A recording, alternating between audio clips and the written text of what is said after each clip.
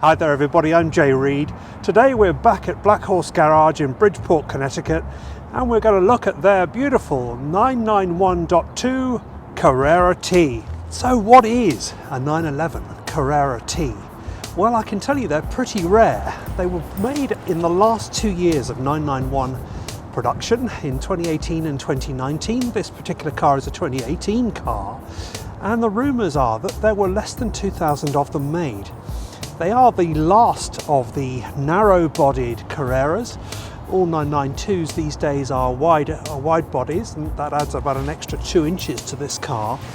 It also, if you're looking for a manual Carrera, these days you have to buy the Carrera S in a 992. This particular car is manual. And I can also tell you that the 991 range is quite confusing. So let's look at this car and really explore what that T part means. Those of us with a long memory will remember the 911T of the late 60s and early 70s. But that really doesn't give us too many clues about this particular car. No, to look at this car and really understand it, you have to look at how it was spec'd as standard by Porsche, because that's really what defines it. It had the same engine as the standard Carrera, putting out 365 bhp, but whilst we're back here, you'll notice the sports exhaust, which starts to give us a clue as to this car's character.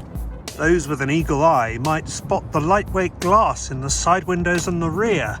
Overall weight savings compared with a Carrera of just 13 pounds. So I don't think it's correct to call this a lightweight version of the car.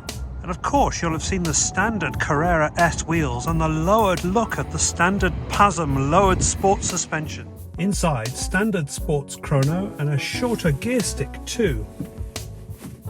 And I see that the person that originally bought this car specified the inclusion of the stereo and rear seats, which were actually no-cost options. If you didn't specify them, you didn't get them in order to save weight. So then, how do we position this car? I mean, I think it depends whether you're a glass half full or a glass half empty type of person.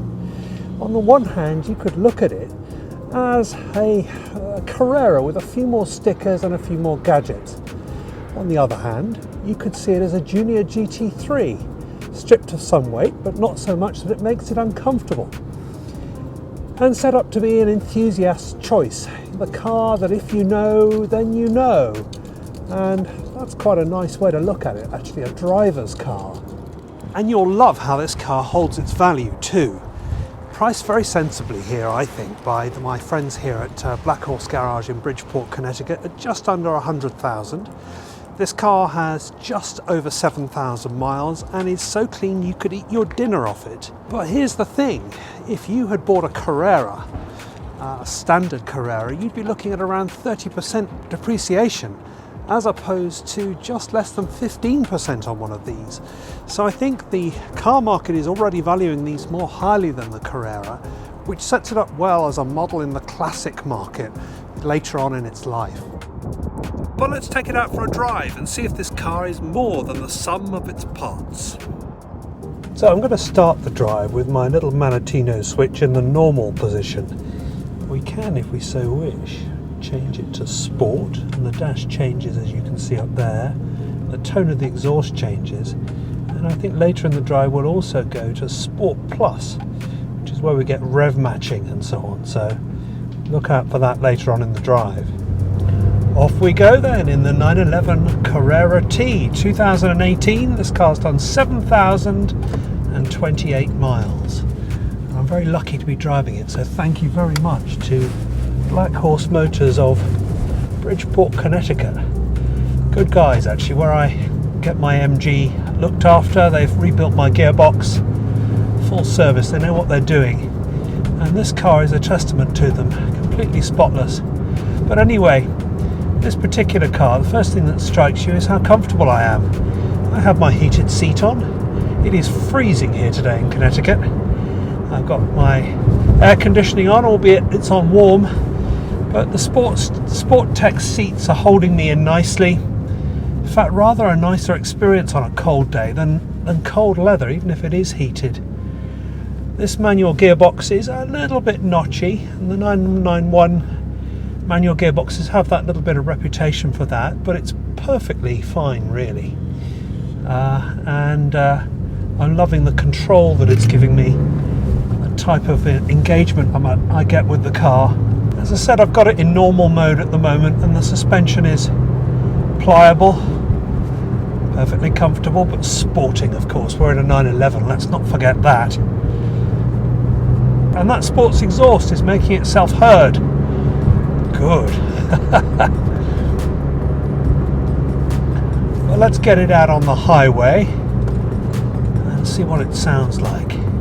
So the ride is excellent, as you would expect. Gearbox, lovely. And as I join this slip road onto this motorway, let's see, I'll give it a bit of beans.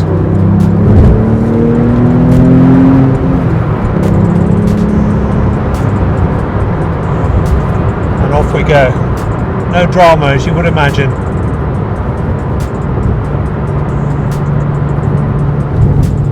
So let us switch it into Sport Plus and enjoy some of the luxuries that come with that. We have our suspension switched to sport mode as well. Our exhaust is set to loud. Let's see what we can do.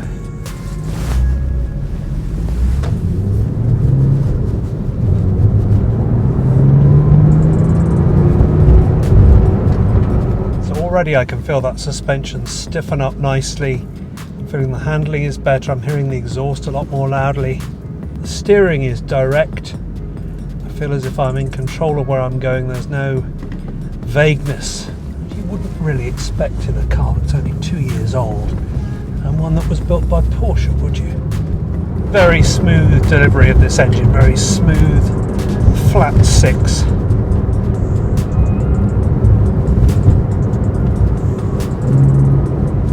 Rev matching there, all by itself, making you feel like a driving god.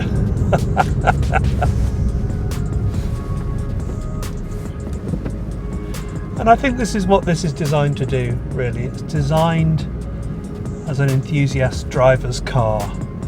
This car, I would say, is if you wanted Porsche to spec your own 911 Carrera and you wanted them to do it for you and to give you a driver's car, Porsche with this car have included everything that you need. Well, thank you very much for watching. If you're still at this end of the video, you've survived.